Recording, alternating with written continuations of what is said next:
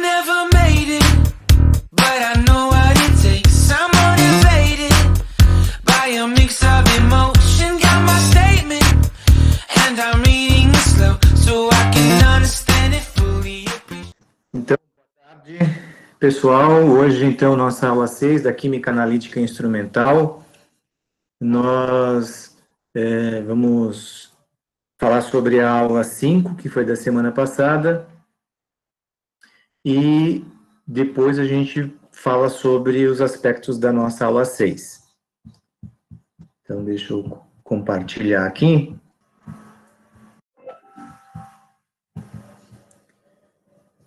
Bom, hoje eu estou só com o meu computador, então qualquer dúvida, vocês me falem, tá? Na aula 5, aliás, antes de a gente começar a falar sobre as aulas, é bom a gente esclarecer algumas coisas, né? Lá no semestre passado, lá em dezembro, quando a gente começou a Química Analítica, eu mostrei para vocês o planejamento e disse que nós vamos dividir ela em 10 encontros, que iriam ter 10 atividades. Então, as 5 primeiras atividades vão contabilizar a avaliação número 1 e as 5 finais a avaliação 2. A terceira avaliação é quando nós retornarmos para o encontro presencial, que daí vai ser a nota do laboratório. Bom, então nós estamos, teoricamente, chegando ao final da quinta atividade. A quarta ainda para entregar hoje, e a quinta atividade, se não me engano, eu coloquei até esse final de semana. Finalizando, eu vou corrigir essas atividades e aqueles que não alcançarem a média 6, farão uma recuperação, que vai ser uma avaliação via o Moodle, tá? Nós vamos marcar a data e vai ter um período em que vai ficar aberto. Pode falar, Maria. Desculpa. Foi eu, professor. Foi, desculpa, eu não entendi nota de laboratório. Nós vamos ter nota de laboratório sem aula de laboratório, é isso? Não, você não entendeu.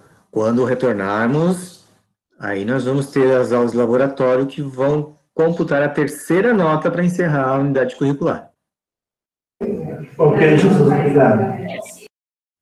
Oi? Eu não entendi, está meio com eco aí. É que eu estou no trabalho. Ok, Jesus, obrigado. De nada. Então, aquelas pessoas que perderam atividades, né, tentem pelo menos fazer 3, né, para tentar chegar na média 6, ou próximo disso, daí que a gente vê, senão vão ter que fazer a recuperação, tá? Ninguém me procurou, ninguém pediu ajuda, ninguém, né? Aí fica complicado. Eu não tenho bola de cristal, né? Eu só vou acompanhando. Uma outra coisa também é o seguinte: todo o material que vocês precisam, inclusive a gravação das aulas, está no ambiente do Moodle, tá? Tá no ambiente do Moodle. Tudo está lá. Então, no Moodle tem uma característica bem interessante. Eu consigo acompanhar quem está acessando, quem não está acessando, né? E eu percebo que tem estudantes que não estão acessando os materiais. E aí é por conta e responsabilidade desses alunos, tá? Muitos eu vejo que, com a explicação, foi lá e fez a atividade. Ótimo, cumpriu, né? Mas o que tem que acontecer é que as pessoas têm que acessar os materiais, tá? Os casos individuais, eu converso depois, tá? Eu converso depois. João, eu recebi o e-mail, tá? Mas tem que partir de você conversar com o professor, tá? Bom, dado os devidos recados para a gente continuar, João, quer falar mais alguma coisa?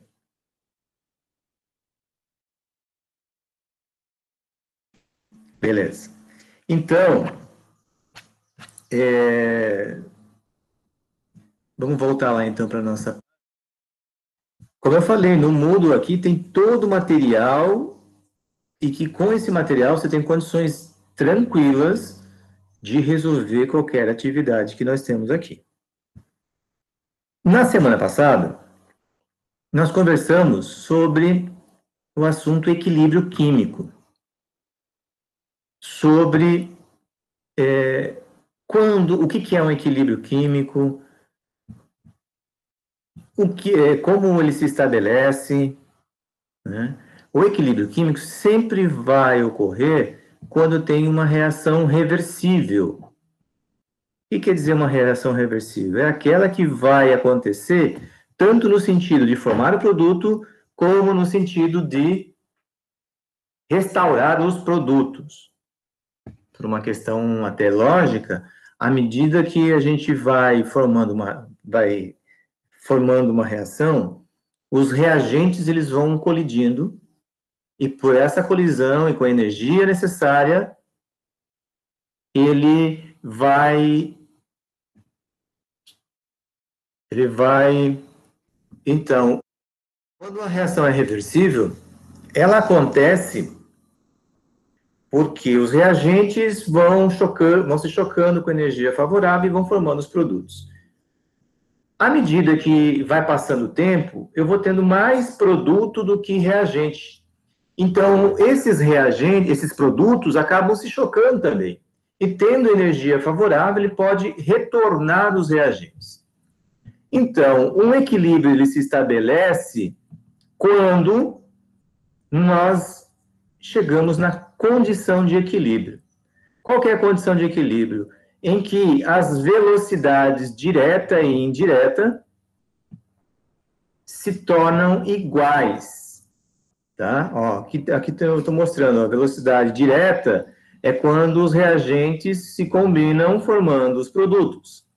E a velocidade inversa, que é a velocidade 2, aqui representada, é quando os produtos acabam reagindo, restaurando os reagentes.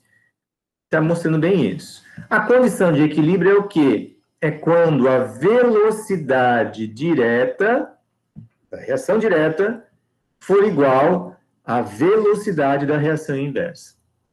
Aí nós encontramos a condição de equilíbrio. Nessa condição de equilíbrio, pode parecer que a reação parou, mas não.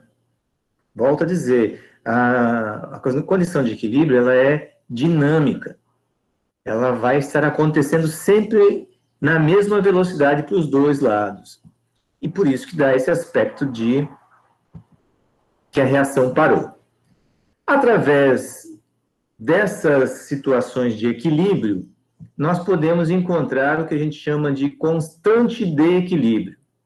A constante de equilíbrio foi deduzida, né? Ela é deduzida quando as velocidades direta e indireta a gente consegue determinar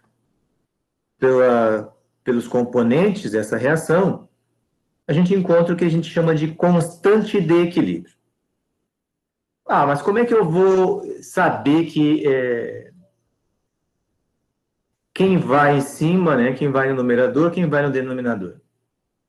Eu vou olhar para a minha equação e vou ver quem é produto. Então, os produtos vão no numerador. Quem é o reagente? Os reagentes vão no denominador. Tá? Tanto que eu peguei aqui um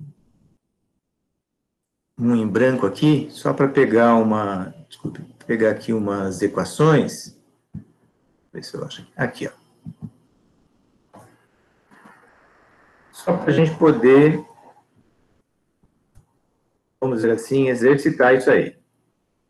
Ah, professor, mas como é que eu vou fazer isso? Primeiro, eu vou olhar a equação. Então, aqui eu tenho uma equação, ó. H2 gasoso mais I2 gasoso em equilíbrio com 2HE. Então, quando eu vou fazer a constante de equilíbrio para essa equação,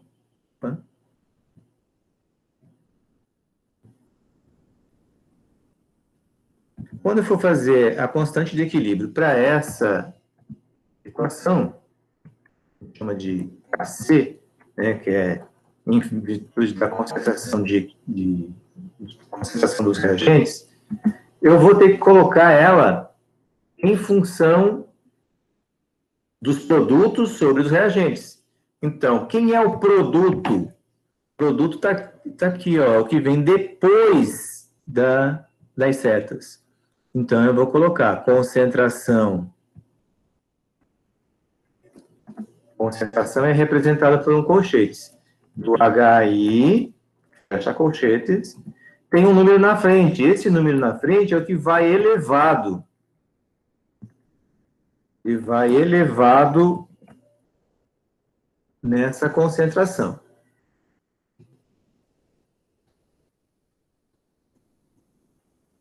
Sobrescrito.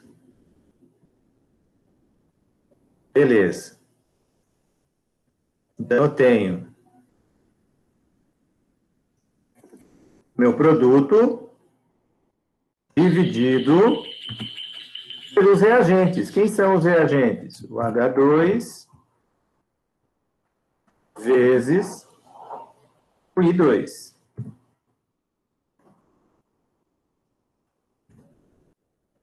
Como ele não traz nada, nenhum número na frente, ele é elevado a 1. Qualquer número elevado a 1 é ele mesmo. Então, aqui nós temos a constante, então, para a letra A. Essa é a constante de equilíbrio. Produto sobre os reagentes. Agora, vocês podem notar aqui, ó, todos eles são gasosos. Então, eu posso dizer que tanto eu posso ter uma constante de equilíbrio na forma de KC, né, constante em função das concentrações, como eu posso também trazer o KP. KP é em função das pressões. O que muda? Em vez de concentração do colchete, eu vou colocar um P na frente. Então, é P do HI elevado ao quadrado dividido pelo P do H2 vezes o P do I2. Então, eu posso ter esses dois, ou KC, a constante de equilíbrio em função da concentração, ou KP, que é a constante de equilíbrio em função da pressão. Ah, professor, e daí? Ah, se o problema estiver dando valores, indicando, você pode fazer o cálculo.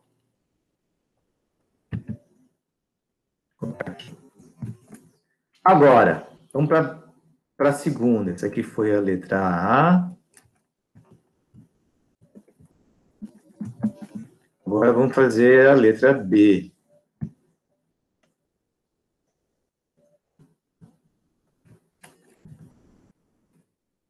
Eu tenho que observar ali, ó, quem é que está lá na reação B? 3C2H2 gasoso em equilíbrio com C6H6. Quem é produto? O C6H6. Então, aqui a gente coloca, ó, C6H6. Não tem nada na frente, então é ele normal. Quem é o reagente? É o C2H2. Opa, mas ele tem ali, ó, um número na frente, então é 3. Ele vai ter que ser elevado na terceira. Não tem mais, então isso aqui já sai fora. Da mesma forma, são todos gasosos? São todos gasosos. Então eu posso também trabalhar a mesma equação, só trocando o colchetes pelo P.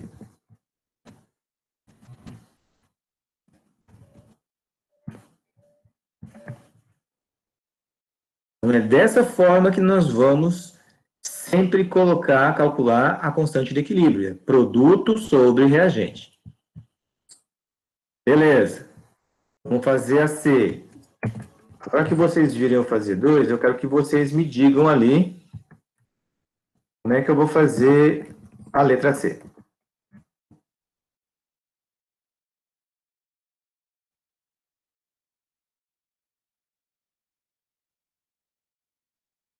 Hein, pessoal? Como é que fica a letra C? Vocês estão me ouvindo? Professor, eu estou aqui. Prestando atenção. Tá, e como é que ficaria então a letra C? Como é que vai ficar a constante de equilíbrio? Quem que é produto?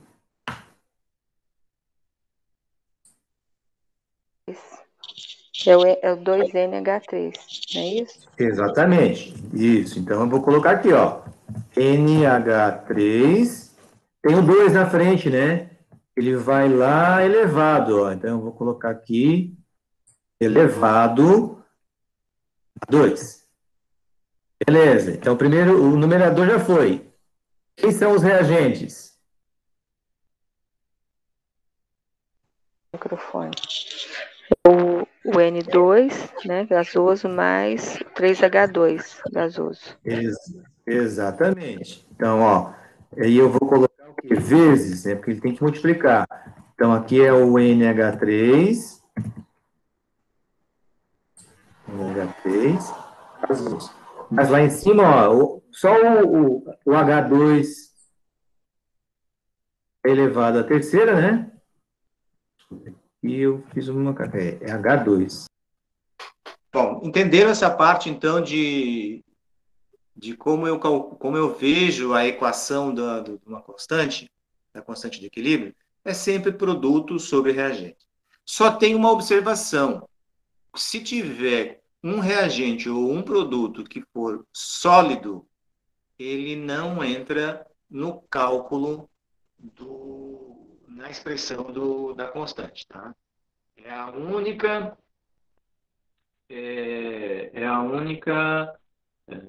observação que a gente tem que fazer, é a única coisa que não pode entrar dentro de uma constante de equilíbrio é o sólido. Por quê? Porque o sólido se comporta como constante. Tá? Então, ele não vai entrar. Algumas, professor, mas eu nem sei o que perguntar. Eu tenho muito problema com química. Eu nem sei. Deixa eu ir prestando atenção que a gente vai aprendendo aos pouquinhos. Certo. Eu peço, então, que leiam mais vezes, anotem se vocês estão com dúvida, justamente para poder sanar essas dúvidas, viu, Patrícia? Porque se vocês não compartilharem que vocês estão tendo dúvidas comigo, esse assunto eu não entendi, então a gente marca um horário, a gente reforça esse assunto, essa parte, tá? Para poder entender essas questões, né? Sim. Então tá, eu conto com isso, porque senão eu não tenho como ajudar vocês, tá? Bom, eu peguei ali, como eu falei para vocês, um exemplo, e esse exemplo ele fala o seguinte. Então, como eu estava falando, eu tenho aqui um exemplo de uma questão aqui, ó. Deixa eu aumentar um pouco mais para ficar melhor a observação. Então, ela diz o seguinte, ó. A uma dada temperatura, a reação de 2HI gasoso entra em equilíbrio com H2 gasoso e I2 gasoso. Apresenta as seguintes concentrações no equilíbrio. Eu só posso trabalhar com ela no equilíbrio. Então, a concentração de HI que foi medida no equilíbrio é 2,2 vezes 10 na menos 2 mol por litro. A do hidrogênio, do H2, é 1 vezes 10 na menos 3 mol por litro. E a do iodo, I2, é 2,5 vezes 10 na menos 2 mols por litro. Aí ele pede calcular a constante de equilíbrio Kc dessa reação. Primeira coisa que a gente tem que fazer. É o quê? Determinar qual é a expressão da constante. Como é que eu faço isso? Através da equação. Tem que olhar a equação química lá, ó.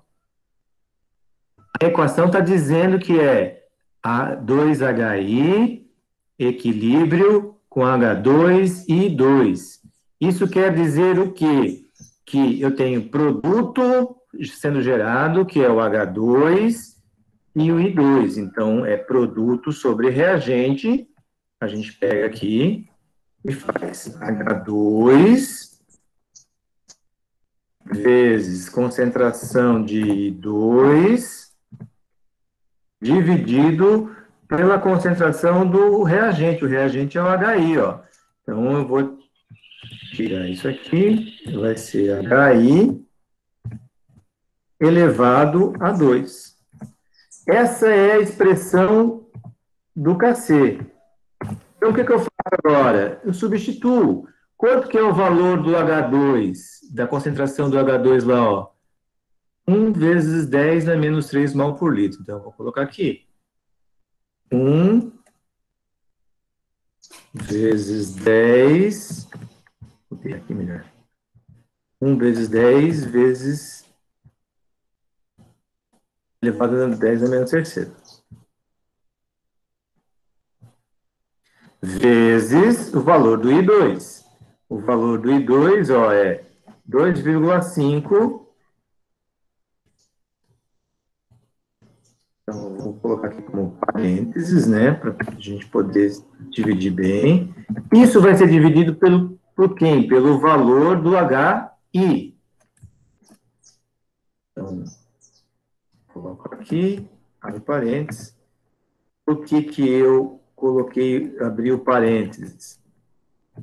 Porque ele é elevado ao quadrado, ó. Então, eu tenho que fazer elevado ao quadrado.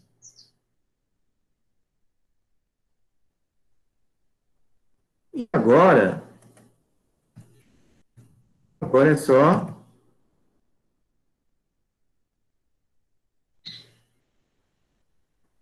eu calcular. Pego uma calculadora, né, e vou calcular quanto que vai dar isso.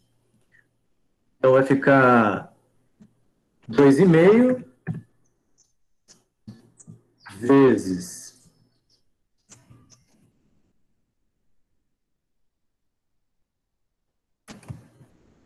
10 na quinta, menos 5, né? Porque 10 é menos 3 vezes 10 é menos 2, dividido pelo aquele valor de 2,2, só que elevado ao quadrado, né? Então, deixa eu pegar aqui a calculadora.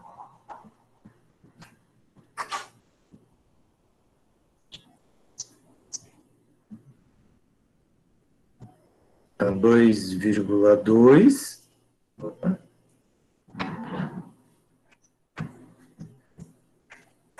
Eu vou colocar aqui ao quadrado. Me dá 4,84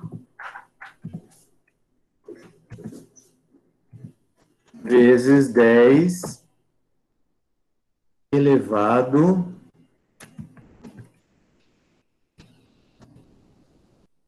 a menos 4.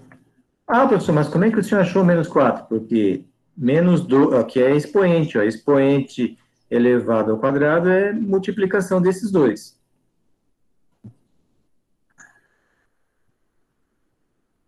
E agora é só resolver a divisão. Então, vai ficar 2,5 dividido por 4,84. Deu 0,51.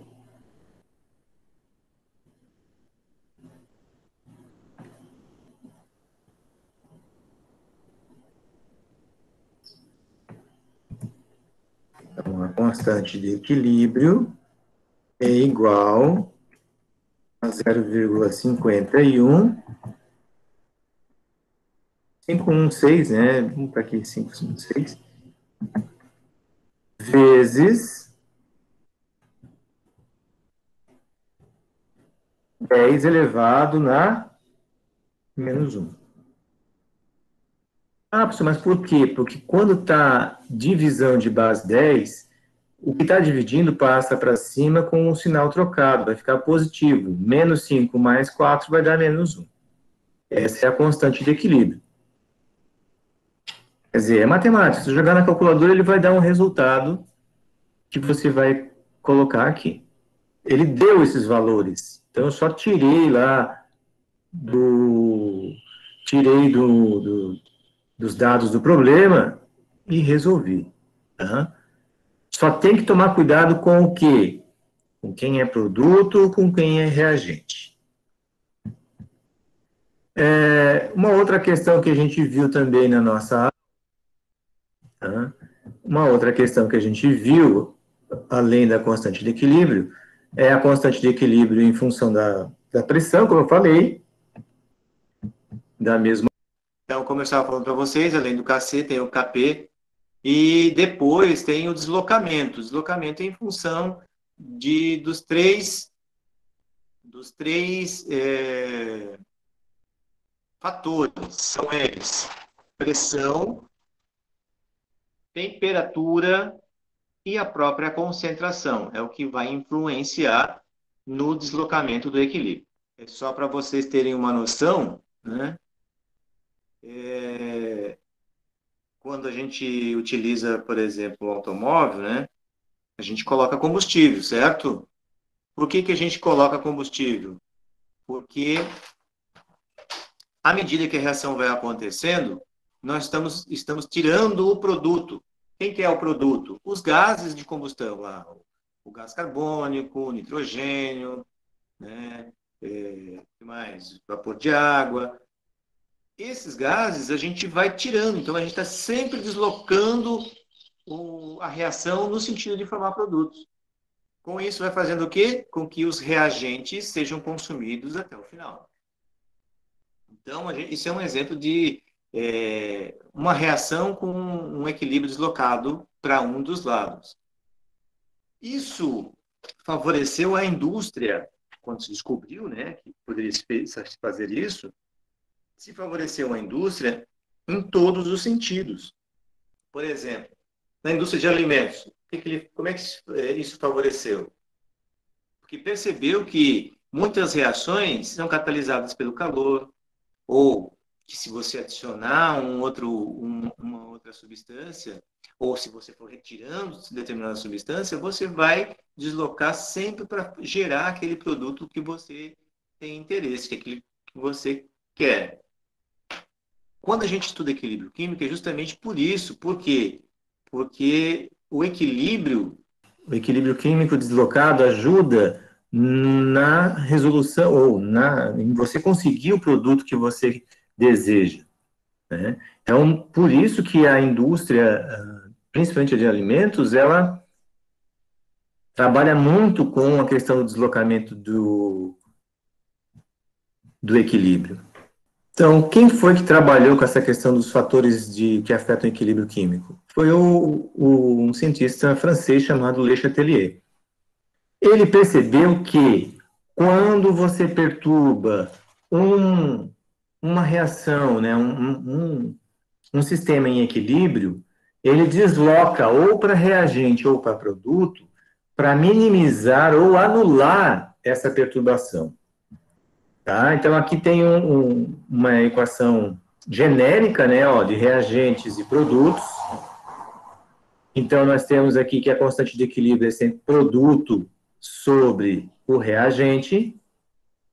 E ele mostra o seguinte: quando eu tenho a concentração como um dos fatores, se eu tiver uma reação aqui, se eu retirar, por exemplo, aqui o íon Ag+, ele vai deslocar sempre para o lado do produto, porque ele tem que repor esse íon que está sendo tirado.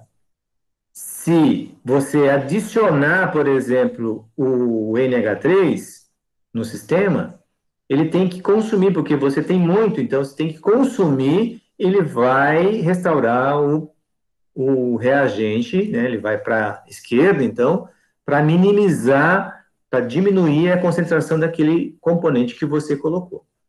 Então, quando a gente fala em concentração, você tem que sempre perceber o seguinte: se foi colocado, ele vai sempre para o lado oposto desse componente que você adicionou. Se você retirou um componente do sistema, o deslocamento do equilíbrio vai sempre no sentido de repor esse componente que você tirou do sistema. Então, é dessa forma que a concentração funciona. O outro efeito é a temperatura. Como que a temperatura vai influenciar? No tipo de reação que você tem. Porque nos sistemas em equilíbrio, eu tenho reação direta, aquela que vai para os produtos, e eu tenho as reações inversas, aquelas que restauram o reagente. Sempre nós temos calor envolvido nas reações, claro que em maior ou menor grau. Aqui, por exemplo, está mostrando isso, ó, que quando eu junto o hidrogênio e o nitrogênio, ele vai formar a amônia e vai liberar calor. Ou seja, representando de outra forma, ele diz que a equação, essa reação, ela é exotérmica. Por quê? Porque libera calor. Enquanto que a reação inversa, que está sendo mostrada aqui, ó, ela precisa de calor. O sinal agora é positivo. Então, ele vai absorver. Então, no primeiro caso, na direta, ela era exo, e no segundo caso, ela é endotérmica, porque ela precisa absorver. Como que a temperatura afeta? Eu tenho que pensar sempre o seguinte, ó. Se eu aumento a temperatura, eu estou aumentando a energia no sistema. Então, eu favoreço aquela reação que precisa de energia, que é a reação endotérmica. Se o meu sistema eu diminuo a temperatura, eu estou diminuindo a energia do sistema. Favoreço qual reação? A que precisa liberar energia, que a gente chama de exotérmica, energia liberada. Então, é dessa maneira que eu vou observar. Então, se eu olhar esse sistema aqui, ó, da amônia, né, formação da amônia, se eu aumentar o calor, ele vai deslocar para a direita ou para a esquerda? Opa, mas para a direita está liberando calor. Se eu aumentar a temperatura, não vou favorecer. Vou favorecer a reação inversa, que está aqui embaixo, ó, que é endotérmica. Então, ele vai favorecer o quê? Ir para a esquerda. Agora, se eu diminuir a temperatura, eu favoreço o lado que é exotérmico, ou seja, o lado que vai para o produto, para a direita. Então, quando se descobriu que a temperatura é um dos fatores que favorecem as reações endotérmicas, se descobriu, então, que se você aplicar essa energia na forma de calor, né, por isso que a gente leva lá os alimentos para o fogão, uns a gente frita, outros a gente assa, porque a gente aumenta o calor e favorece essas reações endotérmicas. Então, por isso que quando a gente vai processar muitos dos nossos alimentos, a gente precisa de uma fonte de energia, seja ela através da chama, né, do calor, pode ser forno elétrico, né, ou até mesmo de um forno micro-ondas, também vai gerar energia. E por isso favorece reação endotérmica. E no último caso, né, que é a pressão, ele vai influenciar no sentido de maior espaço ocupado ou menor espaço ocupado. Como? Olhando para o sistema. Aqui temos a mesma reação, né, de formação da amônia, e você vai olhar, ó, desse lado aqui, que são os reagentes, eu tenho 3 moléculas de hidrogênio e uma de nitrogênio. 4 moléculas, então ocupa 4 volumes. Enquanto que do outro lado, eu só tenho 2 moléculas, 2 volumes. Por que eu estou fazendo essa comparação de volumes? Porque pressão tem a ver com volume. Se eu aumento a pressão, a tendência é diminuir o volume. Se eu diminuo a pressão, a tendência é aumentar o volume. Então, tem a ver da seguinte forma: se eu aumentar a pressão desse sistema, eu vou favorecer o lado que ocupa o menor volume. Se eu diminuir a pressão, eu favoreço o lado que ocupa o maior volume, que no caso aqui é a esquerda. Então, é dessa forma que eu consigo trabalhar com o deslocamento de equilíbrio. Então, nessa reação aqui, a indústria descobriu que, para gerar a amônia, que é importantíssimo para a nossa sociedade, como que é importantíssimo? A amônia é um produto que você pode gerar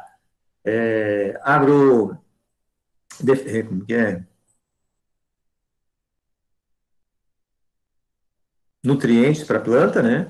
Como, por exemplo, nitratos, que são indispensáveis para a agricultura. Você pode gerar produtos plásticos, então a indústria de plásticos também utiliza amônia. Você pode usar para gerar ureia, que vai para a agricultura. Então, além de formar, por exemplo, explosivos, você pode formar através da amônia. Então, tem uma série de produtos que são gerados através da amônia. Então, por isso que na indústria, essa reação é processada sob altas pressões, justamente para favorecer a criação da amônia, não do hidrogênio e do nitrogênio. Então, quando a gente falou sobre as constantes de equilíbrio, é importantíssimo que vocês vejam essas aulas, essas videoaulas que foram colocadas aqui, postadas, para ajudar nesse entendimento. Talvez precise ver mais do que uma vez, tá? E aqui eu coloquei ainda... Não, aqui não. Então, vejam, leiam, tá? Procurem alguns exemplos. Na nossa atividade, como essa parte é uma parte mais teórica, tá? Como essa parte é uma parte mais teórica,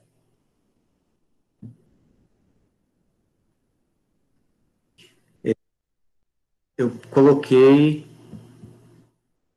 uma atividade lá, tá? Que ela é um questionário de múltipla escolha. Você tem 3 chances de responder. Ah, fez uma, viu? Ah, minha nota ficou ruim. Veja, né, qual você errou e depois tente refazê-la. Veja por que você errou, né? Porque ele vai dar um feedback também lá. Então, tem 3 oportunidades, certo? Volto a frisar. Durante a semana, me procure se você está com dificuldade. Nossas aulas são na sexta. De segunda, terça, quarta e quinta, você pode me procurar. A gente marca um horário. Se persistir a dúvida, a gente sanar essas dúvidas. Tá? Bom, e no nosso estudo 6, que é o estudo de hoje, a gente continua com equilíbrio. Muda o quê? É que agora a gente vai falar do equilíbrio iônico e do pH e pOH. pH é muito importante para alimentos, porque existe uma gama de produtos, sejam eles como iogurtes, pudins, ou até mesmo sucos, bebidas, que são realizados através de fermentações. E as fermentações precisam de controle de pH, né? Então, por isso que a gente fala do equilíbrio iônico. Bom, o que vem a ser equilíbrio iônico? Deixa eu tirar aqui. Só um momentinho, tá, gente? Que o meu cachorro agora decidiu, né? Ficar frente. Bom, o que é um equilíbrio iônico? É quando, dentro de um sistema em equilíbrio, ele vai apresentar partes na forma de íons. Por isso que a gente diz que é um equilíbrio iônico. Eles, nesses equilíbrios iônicos, nós também definimos o que a gente chama de grau de equilíbrio, ou grau de ionização, que é o alfa, que a gente já vai falar sobre ele, e também uma constante de equilíbrio em função dessa ionização, desses íons, tá? Bom, nesses equilíbrios iônicos estão inclusos quem? Os ácidos e as bases. E é bom que a gente também já reforce essa parte desse assunto, que o que é um ácido? A teoria, uma das teorias, primeiras teorias falando o que vem a ser um ácido, é a teoria do Arrhenius. O Svante Arrhenius, ele fez algumas experiências e nas suas observações ele viu que toda substância que, misturado com água, e libera o íon H+, ou H3 ou mais, ele vai ser classificado como um ácido. E toda substância que, misturada com água, libera hidroxila, ou OH-, vai ser considerada uma base. Então, isso foi o que determinou o Arrhenius. Só tem um problema, né?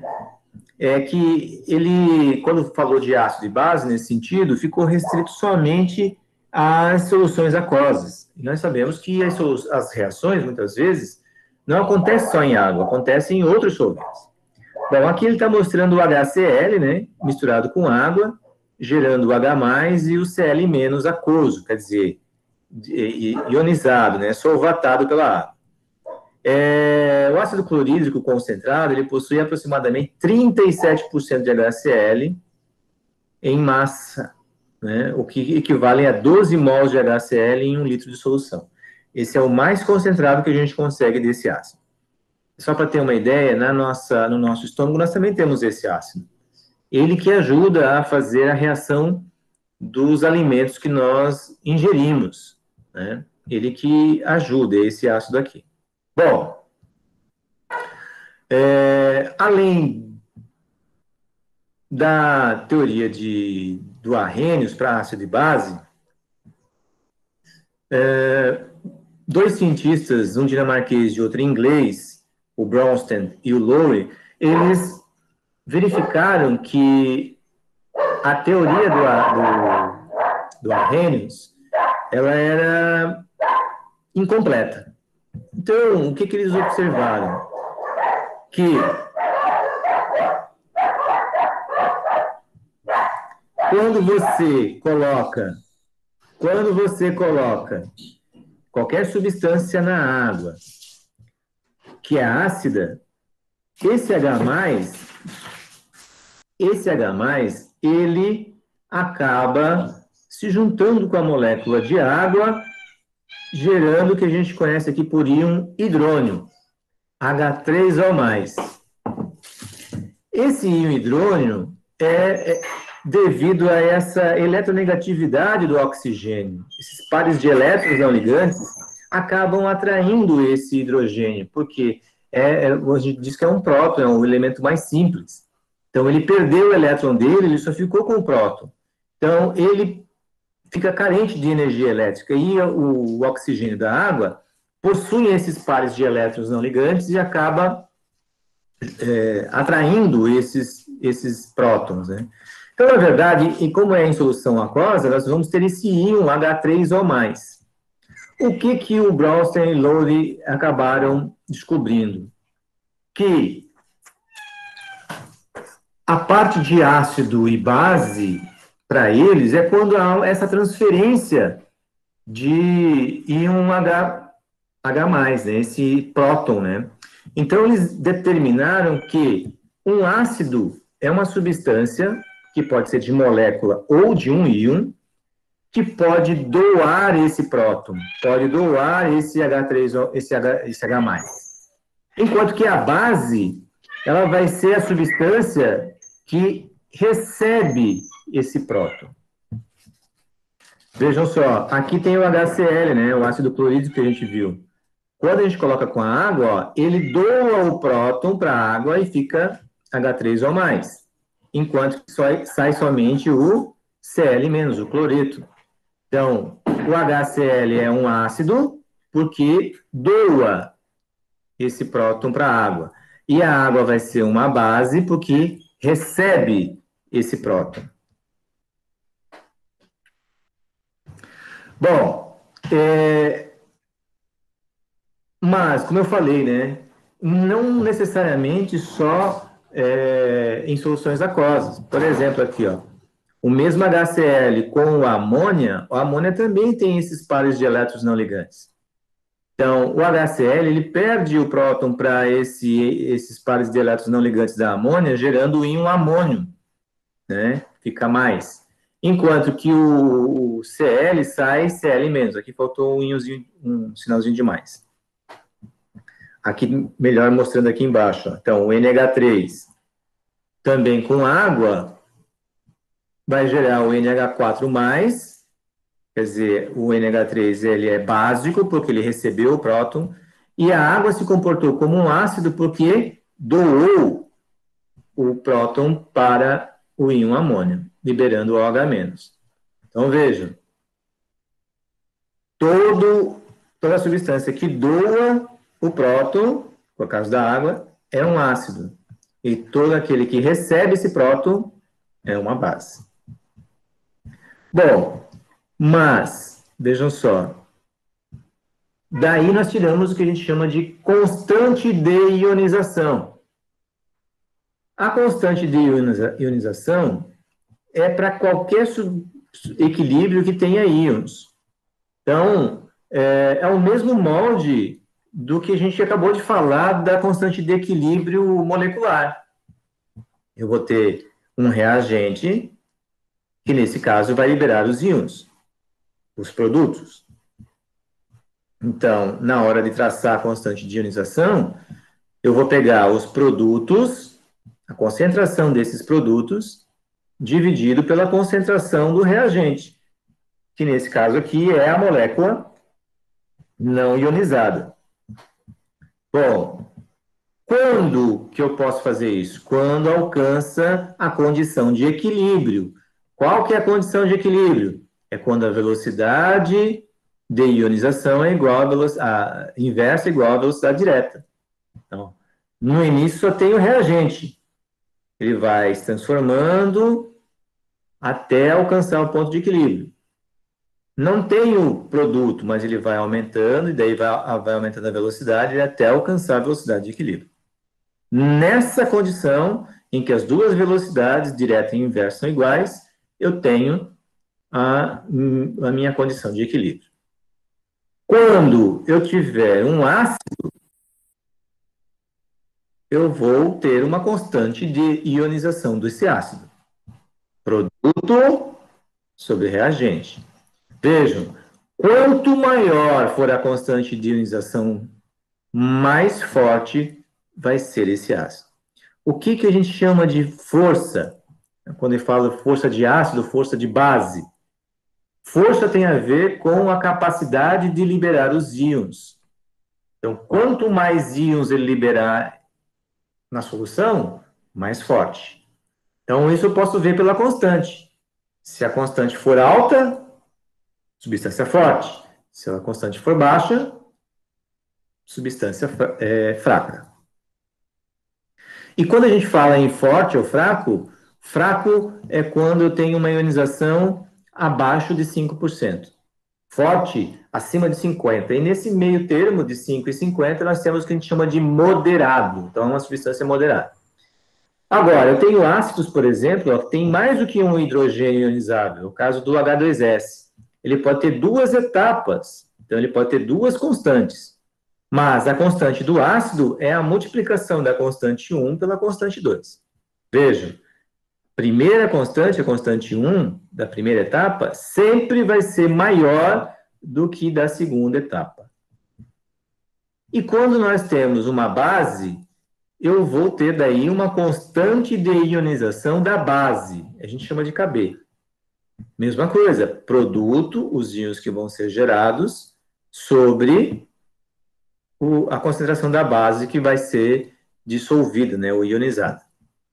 Aqui tem daí uma tabela com alguns ácidos e algumas bases.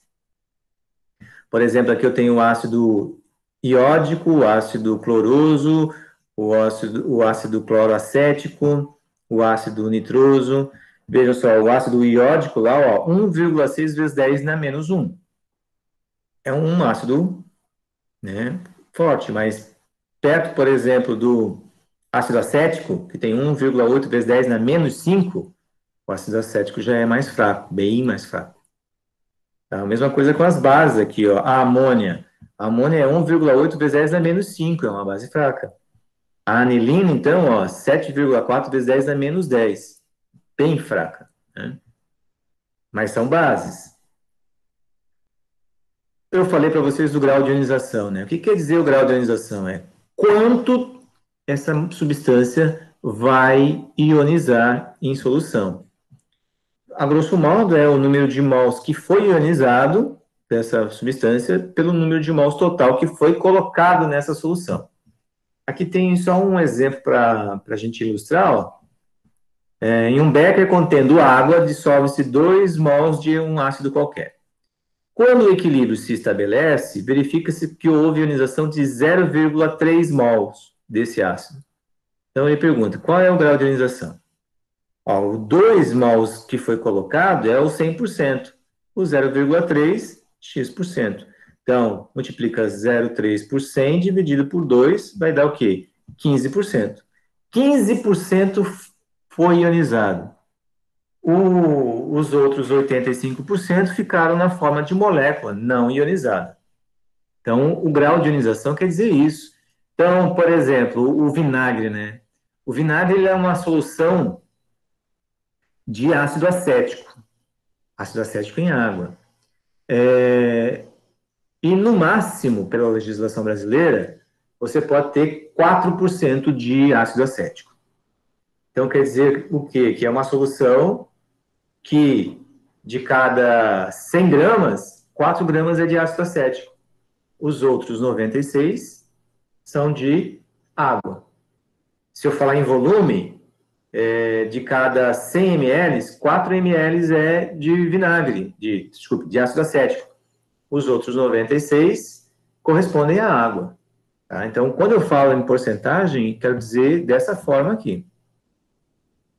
Bom, e aí, um outro cientista chamado Ostwald fez uma relação desse alfa com a concentração, e ele chegou à determinação da constante do produto para o reagente aplicando na constante de ionização.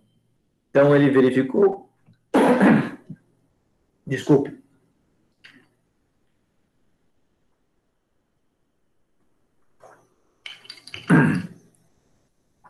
Então, ele verificou que se a solução for diluída, ou seja, o alfa for muito pequeno, a constante é só a molaridade vezes o alfa ao quadrado. Agora, se o alfa for grande, por exemplo, substância com 55% de ionização, aí eu tenho que usar essa relação da molaridade vezes o alfa dividido por 1 menos o alfa. Tá? Então, eu tenho que considerar. Agora, se ela for muito diluída, como no caso do vinagre, é só pegar o alfa dela, no caso aqui 4%, ao quadrado, vezes a molaridade. E aí você vai achar a constante de ionização. Bom, então essa é a constante de ionização que a gente usa, inclusive, para as moléculas, mas a gente vai usar aqui para ácidos e bases. Bom, e aí daqui vem o que a gente chama de pH, ou potencial de hidrogênio. Se eu pegar uma molécula de água, um volume de água pura, dentro dessa água pura, ela pode sofrer autoionização, onde uma molécula de água se comporta como um ácido, porque dou o próton para outra molécula que se comporta como uma base. Então, vejam, formou o H3O+, e liberou o OH-. Então, daqui, dessa descoberta, conseguiu tirar o que a gente chama de produto iônico da água. Porque descobriu-se que é uma ionização muito baixa. A cada 1 litro de solução, né, de 1 litro de água, apenas 10 na menos 7 moléculas sofrem ionização. Então, vejam bem, como é que a gente calcula essa constante de equilíbrio, né, da água? Através das concentrações de OH- e de OH-, H+ e OH-. Então, inclusive, já sabe que a 25 graus Celsius, o Kw, que é a constante da água, vai ser sempre constante, vai valer 10 na menos 14. Por quê? Porque cada uma das duas concentrações é 10 na menos 7. Vejam, mas isso para água pura, tá? Então, nós temos isso. Bom, mas o que isso implica, né? Como é que a gente chega nessas relações, né, para chegar no pH, pOH? Vejam bem, lembra que eu falei que para água pura é 10 na menos 7? Então, vejam só. Quando eu chegar lá em 10 na menos 7, quer dizer que a concentração de H+ é igual à concentração de OH-. Para esse tipo de solução, de água, eu digo que a solução é pura, neutra. Neutra, não precisa ser pura, pode ser neutra. Então, por quê? Porque essas concentrações são iguais. Quando a concentração de H+ for superior a 10 na menos 7, como 10 na menos 6, 10 na menos 5, 10 na menos 4, 10 na menos 3, 10 na menos 2, quer dizer que a concentração de OH- vai ser menor. Então, maior de H+, vai ser uma solução ácida. E quando é ao contrário, ou seja, a concentração de OH- é maior do que a concentração de H+, a gente diz que nós temos aquelas soluções tidas como básicas. Só que, vejam bem, 10 na menos 7, né, 10 na menos 14, são números muito pequenos.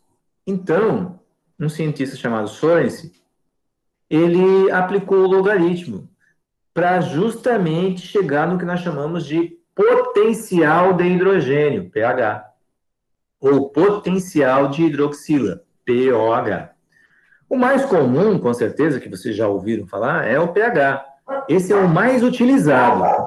Então, o pH é o quê? É menos o log da concentração de H+. Agora, vejam só. Para as soluções neutras, pH é igual a pOH. Então, pH, se é igual ao pOH, eles são 7 cada um. Então, 7 mais 7 dá 14. Já vou mostrar por que eu estou falando isso. E quando eu tenho solução ácida, o pH é menor que 7. E quando eu tenho solução básica, o pH é maior que 7. Vejam, se eu aumento o pH, diminui o pOH. Se eu aumento o pOH, diminui o pH. Eles são inversamente proporcionais. Aqui, inclusive, nessa escala, eu mostro isso, porque a soma do pH com a soma do pOH vai ter que dar sempre 14. Tá? Veja aqui, ó, se o pH é 0, o pOH é 14. Se o pH é 1, o pOH é 13. Por quê? A soma tem que dar 14. Vejam que para uma solução ser neutra, tanto pH como pOH tem que ser 7. Então, aqui eu digo que a solução é neutra. Se o pH está abaixo de 7, eu vou ter uma solução ácida. Se eu tenho pH acima de 7, eu vou ter uma solução básica. Certo? Então, eu tenho que cuidar com isso. Aqui tem uma aulinha do professor Marx falando justamente sobre isso. Vejam, eu coloquei aqui daí no último item, né, alguns exemplos de cálculos, né, de pH, pOH, constante de ionização, que é justamente para você ficar atento, tá? Olhem só, as concentrações dos íons H+, de uma solução é igual a 0,0001 mol por litro, que está na forma decimal. O que a gente tem que fazer? Passa para a base 10, que fica mais fácil de usar a propriedade do logaritmo. Ou pega a calculadora e digita 0,0001 e tira o log, tá? Mas usa a forma correta, é menos o log da concentração de H+. Claro, se você não colocar o menos, ele vai dar negativo. Negativo com negativo é positivo. Então, só mostrando aqui para vocês, ó, pH é menos o log da concentração de H+. A gente já descobriu a concentração de H+. Então, pH é menos o log de 10 na menos 4. Quando eu tenho na propriedade do logaritmo, quando eu tenho uma equação com logaritmo, todo valor que está no log que tiver um expoente, esse expoente passa para frente. E é como nós estamos mostrando aqui, ó. Então, o menos 4 veio para frente. Então, menos que já tinha com menos 4 deu positivo. E o log de 10 vale sempre 1. Então, por isso que a gente já faz essa... tira, né, esse expoente para poder ficar somente o log de 10, que é 1. Então, 4 e 1, pH é 4. Quando eu tenho valores inteiros, que não é 10 elevado a algum número, né? Eu tenho que daí usar as propriedades. Muitas vezes a gente já tem como dado qual é o valor desse número inteiro. Então vejam como é que vai resolver. A concentração é essa, ó, 3,45 vezes 10 a menos 11. Aplicando fica menos o log desse valor. Pela propriedade do logaritmo, quando eu tenho o log de uma multiplicação, nós vamos trocar pelo log, pela soma dos logs do primeiro termo, ó, log de 3,45, o sinal de multiplicação vira mais, o log de 10 na menos 11. E aí eu vou resolvendo por partes, né? Ó. Ele deu lá o valor de log de 3,45, que é 0,54. O log de 10 na menos 11 é menos 11. E com o sinal da frente, ó, muda o sinal de dentro do colchete. Então, ficou 11, porque era menos 11, ficou 11. E o 0,54 ficou menos 0,54. Então, o pH dessa solução é 10,46. Tá, com o valor de pH 10,46, a solução é ácida ou básica? Vocês estão aí, pessoal? Professor, eu estou, professor, mas é muita química, meu Deus do céu. Mas lembra que a gente acabou de falar que... Eu ainda estou lá na química física, lá na lei de Hess. Ah, tá. Já pulou para cá. Isso aqui não tem nada. Nossa. Mas eu estou prestando atenção, professor. Juro por Deus. Vamos lá, ó. Se o pH é 7, a solução é neutra, certo? Certo. pH, isso aí eu sei. Negativo abaixo de 7, positivo acima abaixo de 7. 7 é? pH 7 é neutro. Abaixo de 7 vai ser ácido. E acima de 7 vai ser? Básico. Básico. Então, aqui o pH vai ser, aqui a solução vai ser uma solução básica, porque está acima do 7. Isso. Outra que a gente acabou de ver, ó, o pH era 4. pH 4 é uma solução ácida. Ácida, muito bem. É isso que eu quero que vocês entendam. Quem é ácido, quem é básico. Vocês podem... eu pergunto a vocês, me deem aí exemplos de sucos, de soluções, alimentos, que são ácidos ou básicos? Peraí. Suco de limão é ácido. O suco, só uma curiosidade, já que a gente está no alimentos e tem o curso também de vitícola, o suco de uva, ele seria ácido? Também seria ácido. Esse integral que a gente compra. Abaixo de 7. O leite seria básico. Depende, tá? O leite está ali 6, quase 7, poderia quase incluir ele como um neutro, tá? Na verdade, nós não temos muitos sucos, né, pelo menos básicos, nós temos mais ácidos, né? Agora, a gente pode formar soluções básicas, como bicarbonato, por isso que muita gente acaba... Mas, como eu estava falando, geralmente a gente tem ácidos, tá? O café, em torno de 5, 5,5. O limão é bem mais ácido. Vinagre é ácido. Geralmente os sucos, eles vão estar na casa dos ácidos, tá? Laranja, né? E assim por diante. Qual é o objetivo da nossa química aqui analítica, né? Dar condições que depois vocês vão para a unidade curricular de análise de alimentos e vocês têm que saber as técnicas. Claro, como nós estamos trabalhando de forma ANP, né, nós vamos trabalhar mais a questão teórica, né, os aspectos teóricos. Porque no laboratório, nós vamos aprender, inclusive, como medir pH, como medir a concentração de uma substância, por exemplo, de um suco. Como é que a gente vai medir para saber o pH do suco, né? Ou concentração de açúcar. Então, a gente tem várias técnicas que nós utilizamos. Então, por isso que o pH ele é tão importante para a gente saber, né? Tem que saber o que é o pH. Então, a gente já sabe, é o potencial de hidrogênio. Da onde que vem isso? Da concentração de H+.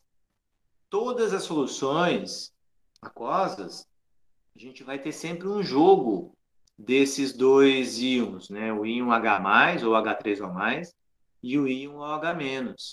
Então, o do potencial de hidrogênio ou de hidroxila. Tá? Quando eu tenho maior concentração de diminui de OH- e vice-versa. Então, para saber concentração de H+, ou de OH-, principalmente de H+, né, a gente usa acidez, a gente usa um método chamado de titulação, ou volumetria, de neutralização, em que eu uso uma solução básica para descobrir quanto que eu tenho de ácido. Tá? Então, a gente faz esse tipo de... É uma reação química, que a gente vai usar daí um indicador, né? Ou o valor do pH, para descobrir quando chega no final da reação, a gente calcula qual é a concentração, ou de H+, ou no caso de uma solução de OH-. Então, é por isso que a gente mostra essa maneira de calcular esses exercícios, tá?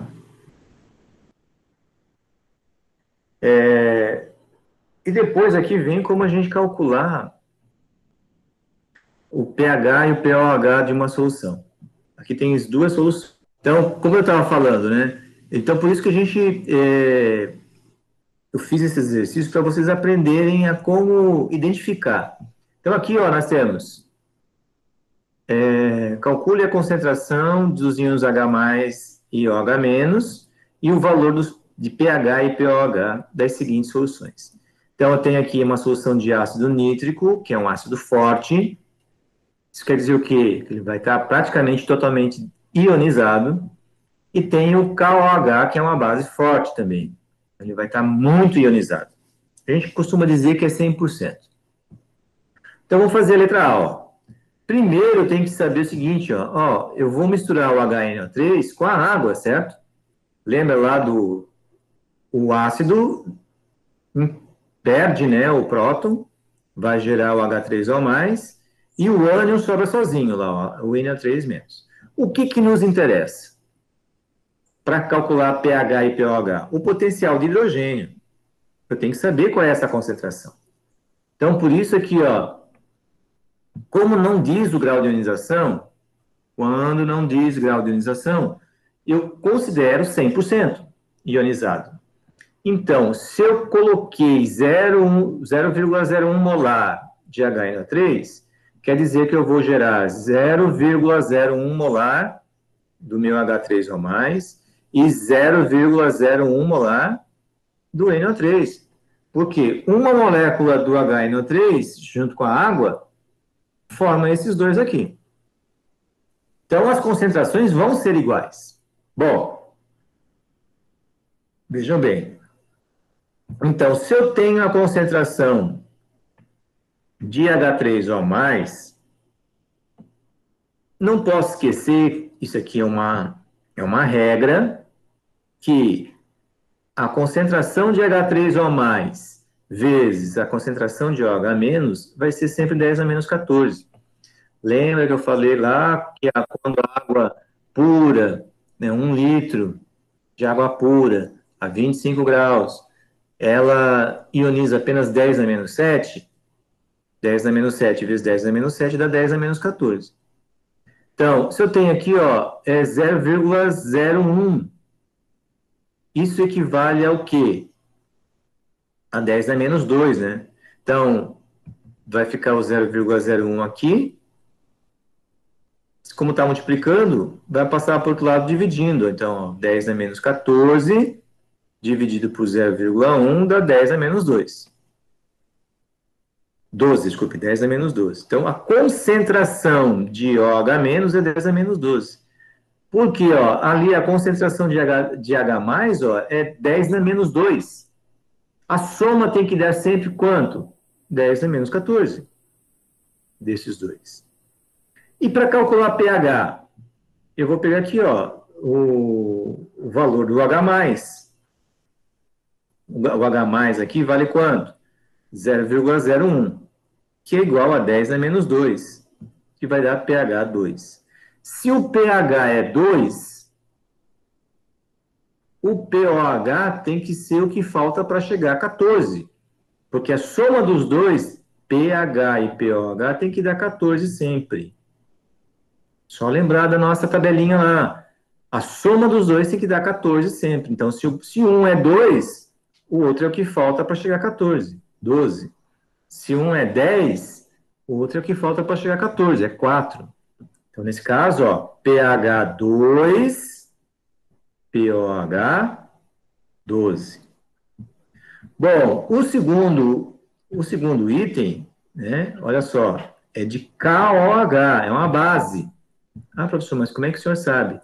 Por quê? Porque quando eu coloco ele em água, ele separa o K+, e libera o OH-.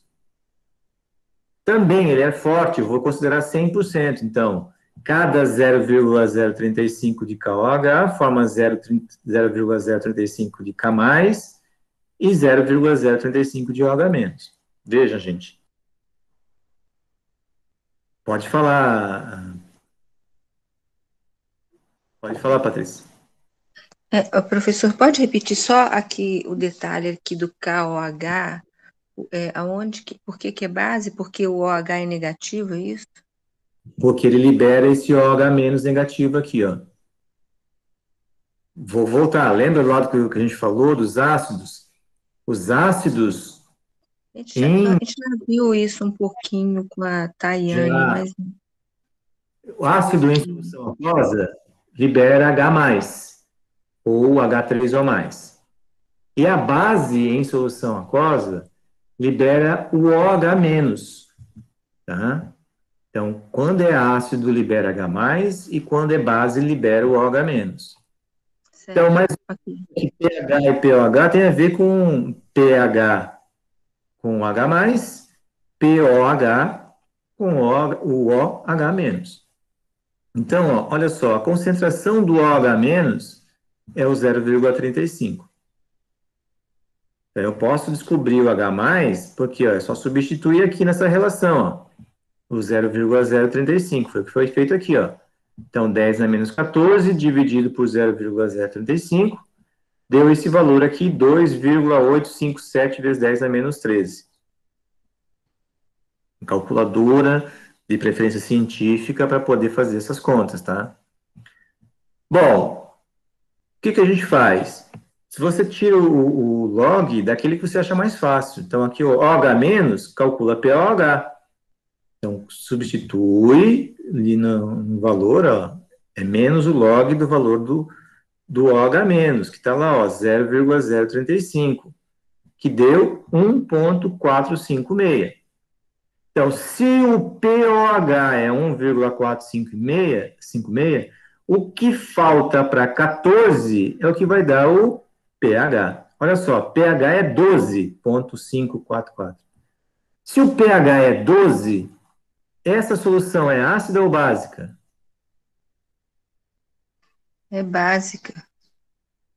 Básica, né? É. Eu estou só instigando vocês, porque eu sabia que era básica porque tinha o KOH lá em cima, tá vendo? Ele liberou a mais ou menos. Tá.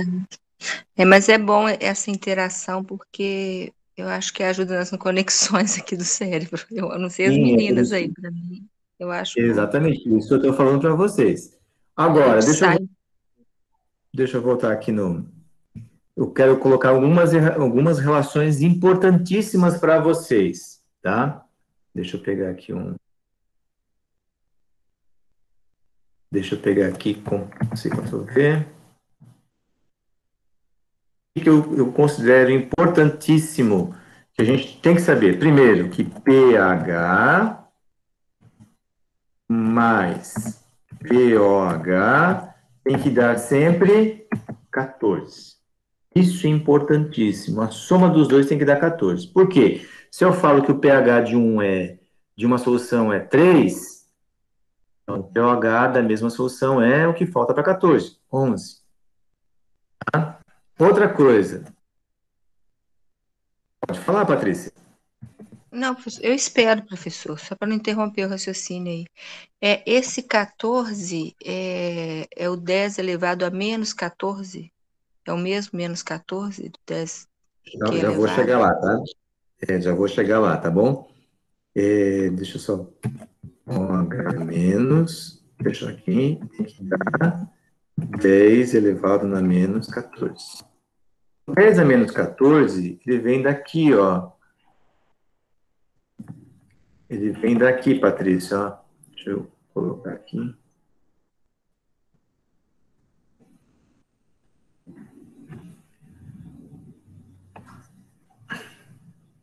Ele vem justamente daqui.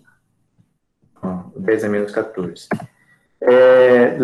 Lembra que pH é igual a menos o log da concentração de H+. Isso aqui é a fórmula. O pOH é igual a menos o log da concentração de OH-. E se eu tirar, olha bem, se eu tirar o menos o log desse valor aqui, ó,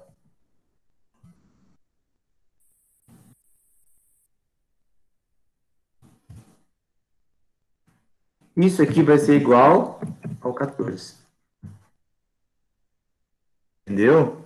Então, por isso que essa relação aqui, ó, era tão importante. Porque vem justamente dessa conta, de tirar o logaritmo. A constante da água é 10 a menos, da água pura, né? É 10 a menos 4. Desculpa, 10 a menos 14. A constante da água pura. Então, por isso que a gente diz que o pH e pOH é igual a 14. Porque as concentrações de H+, vezes a do OH- tem que dar a constante da água, que é 10 a menos 14. Tá? Então, esse 14 aqui vem justamente do 10 a menos 14. Porque é quando a gente transforma pelo logaritmo. Tá? Então, essas duas relações aqui, deixa eu botar aqui. Essas duas relações aqui, ó, são importantíssimas. Essas duas aqui, ó. Porque com ela você consegue resolver as relações todinhas, tá? E nas próximas aulas nós vamos aprender, inclusive, como determinar essas concentrações. Mas aí, por quê? Porque justamente por causa dessa relação. Eu não posso esquecer, gente, que o H+, mais o OH-, Então, ele vai formar, eu vou botar assim, água. Essa é uma reação que sempre vai acontecer. Então, se eu, por exemplo, tenho água pura e coloco uma substância que é ácida, ela vai aumentar a concentração de H+. E aí ela já vai ficar com pH menor que 7. Porque a água estava pura, 7 pH, né? Agora, se eu colocar na água pura, que tem pH 7, uma solução básica, o que vai acontecer? Ele vai neutralizando o hidrogênio. E aí ele vai aumentar o pH. Então, de 7 sobe para 8, 9, 10, 11, e assim por diante. Depende da concentração que eu vou colocar. Então, é isso que eu quero que vocês entendam. Essas relações aqui são importantes. Por que eu estou falando isso? Porque lá no sistema, tá? Lá no sistema do nosso estudo 6, deixa eu voltar lá.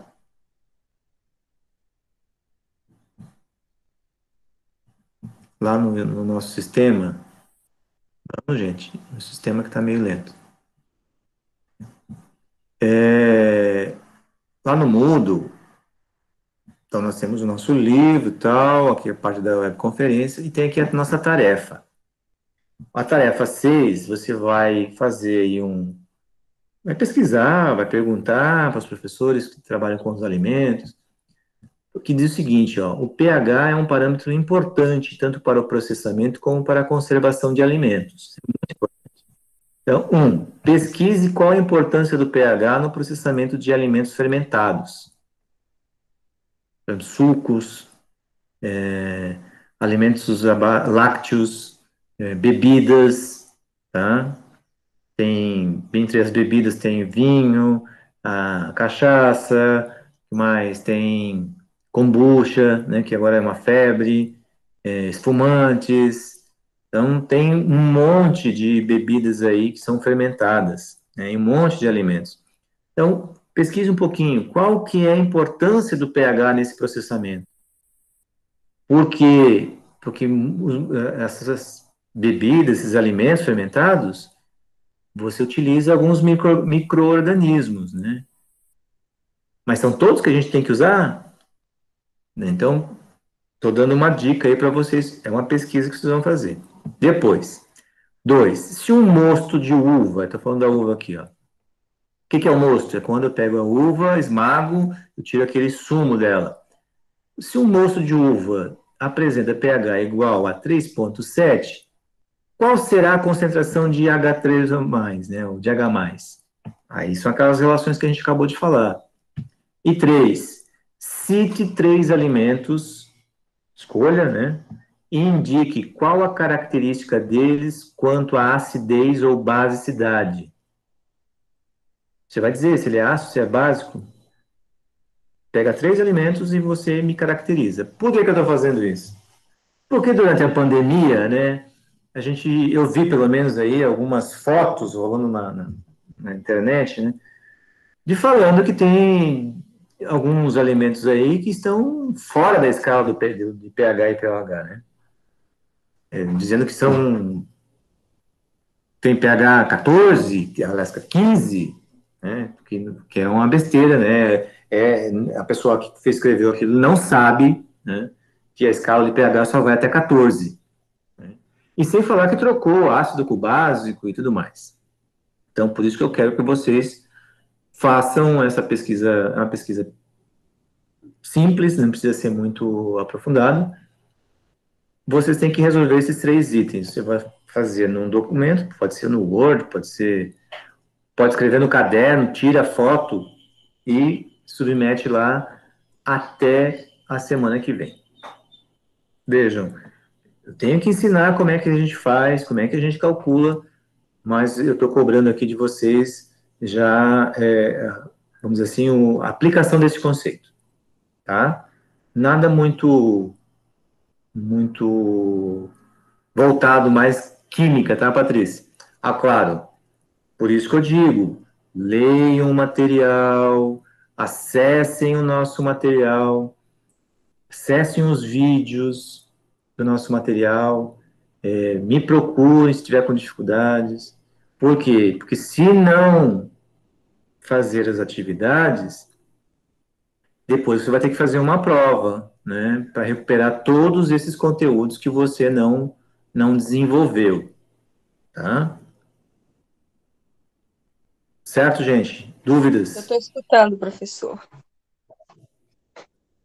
Com muita vergonha, mas eu estou escutando. Oi?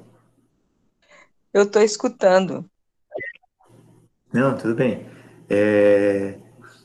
Então, estão com alguma dúvida? A gente repassa, se for o caso. Não, só uma coisa que você falou lá atrás, não sei se eu vou lembrar. Você falou alguma coisa da água, que a água em condições ideais, é isso? Que é 14? A água pura, 25 graus Celsius, ela tem, a constante dela é 14. Por quê? Porque o pH e o pOH são iguais, são 7, entendeu? Então é a temperatura e tem coisa de atmosfera também? Pressão Não, atmosférica? a pressão não, é só a temperatura. Por quê? Porque se a temperatura for diferente de 25 graus, aí influencia. Tá? Aí começa a influenciar naquela 10 a menos 14, né? No pH constante de 14, né? Ela começa a influenciar e altera a concentração de H+, e de OH-, tá? Mas a gente considera que a água pura tem pH 7. O ideal é isso, né? Agora, se a gente vai até fazer no laboratório, se a gente pegar a água Quando se pura, aquece, ela passa 14, é isso? não, quando se aquece já altera essa relação, tá? Mas 25 graus. É que, na verdade, por exemplo, em Urupema, a gente não pode trabalhar com 25 graus, né? Que geralmente lá no laboratório é 20 ou até menos, né? Já peguei um dia lá de 10 graus, né? Então, mas aí a alteração é muito baixa. Se a gente aumentar de 25 graus, 30, 40, aí você tem uma influência muito grande na concentração de H+, tá? Mas a gente costuma dizer que água pura é 7. Quando nós voltarmos para a aula presencial, que daí a gente vai para o laboratório, nós vamos fazer até mesmo essa. Sim, Amanda, mas aí ela é uma água básica, tá? Isso, aí é uma água básica que o pessoal indica principalmente para regular os eletrólitos do organismo, né? Essa água que estão vendendo pH 10, né? Por quê? Porque provavelmente coloca uma substância básica, um hidróxido de sódio ou um hidróxido de amônia, uma coisa assim, para o pH dela subir para 10, tá? Mas o pH da água pura, ela é 7. Claro, se eu colocar um ácido dissolvido, o pH baixa. Se eu colocar uma base dissolvida, o pH aumenta, tá? Até essa água que eles chamam de água, mas é porque eles colocam alguns componentes lá dentro, né? Na verdade, é uma solução, né? Se você olhar no frasco, ele vai indicar lá o que tem na composição.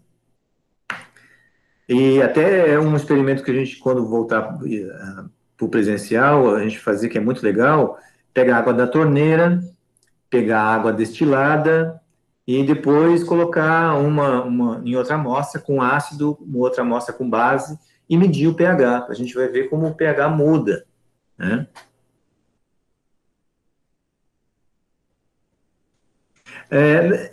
Depende, Amanda, tá? Porque tem uma teoria que diz o seguinte, que se nós tivermos uma alimentação muito ácida, a gente favorece o aparecimento de certos micro-organismos que podem provocar doenças.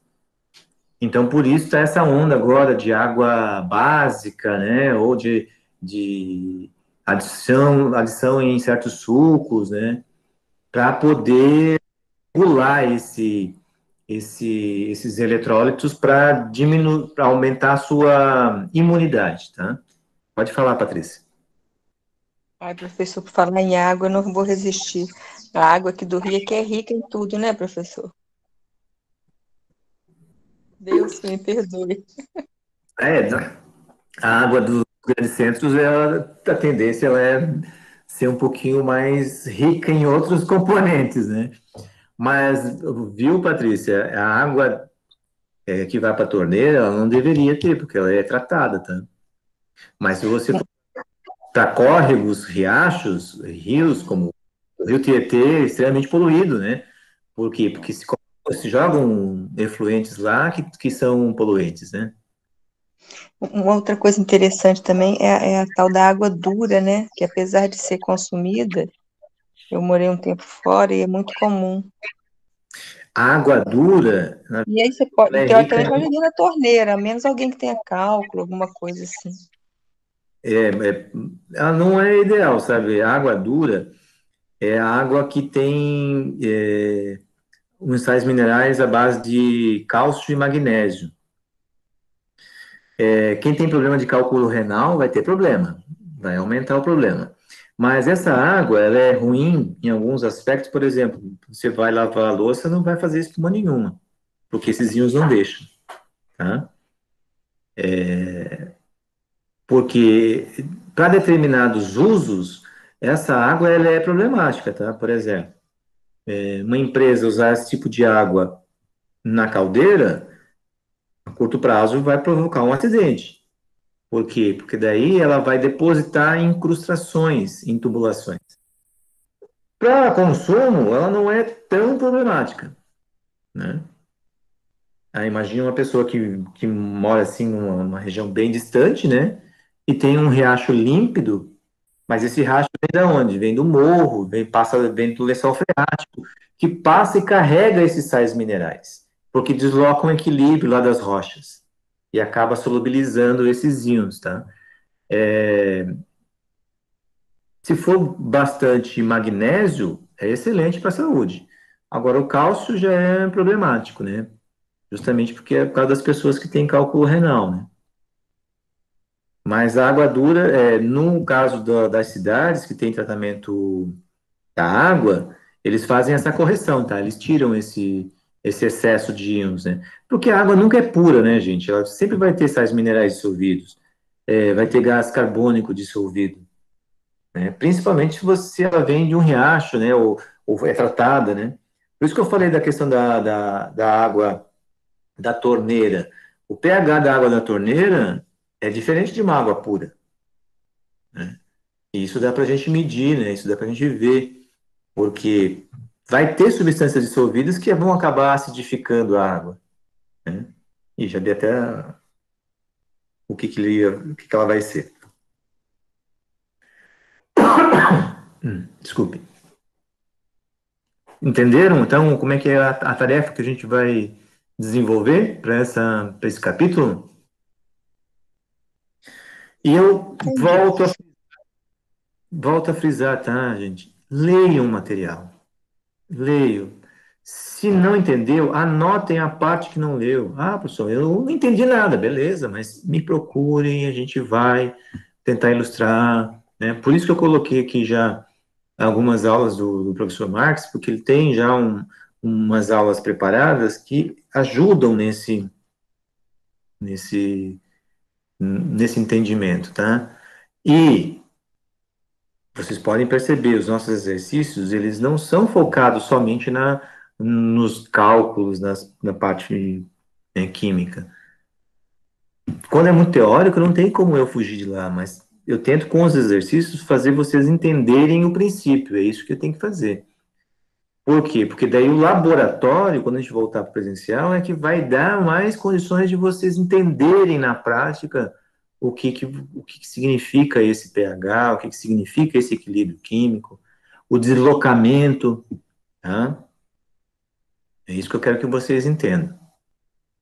Tá certo?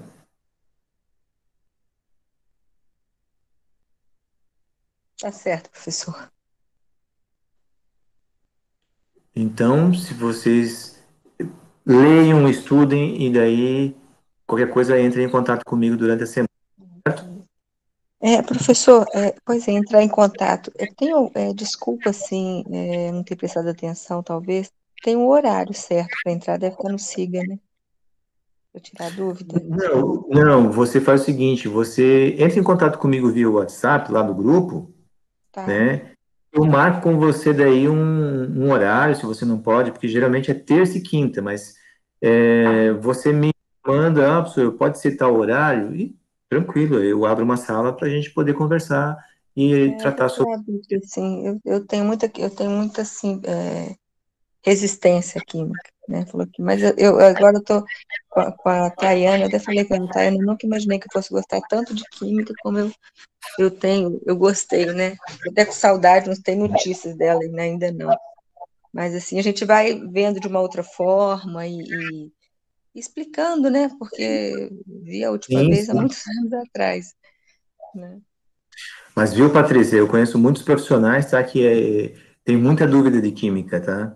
Passaram, né, mas eles vão aos poucos, né? É, porque acaba, assim, a gente acaba fazendo bem na decora. Eu, assim, tá gravando isso tudo, né? Deixa pra lá, depois eu converso essas coisas. A gente acaba fazendo as fórmulas, né? E vai resolvendo, e às vezes entrega. O mundo eu realmente ainda não olhei com mais carinho, não. Vou dar uma olhada, Tem que dedicar mais um tempinho daí, tá? Sempre mas quando a gente tem uma acaba indo dificuldade, mais para as matérias que a gente gosta mais, né? Derivado da uva do vinho, enfim. sim. Mas é isso. Aí Tá, desculpa mas aí, mas eu vou ver se eu fico não, mais à não vontade precisa. de procurar mesmo, porque bom até que vai quebrando essas coisas Sim, assim. sim, sim. E eu volto a dizer, tá? Leiam, tá? Manuseiem o Moodle, procurem, vejam os materiais, tá? Vá para o Google ou vai para o YouTube, vejam aulas diferentes e me procurem para a gente poder tirar essas dúvidas. Mas façam a tarefa. Ah, professor, mas eu não estou conseguindo. Como eu falei, me procure. Porque senão eu não tenho parâmetros. Eu vou achar que está tudo ok.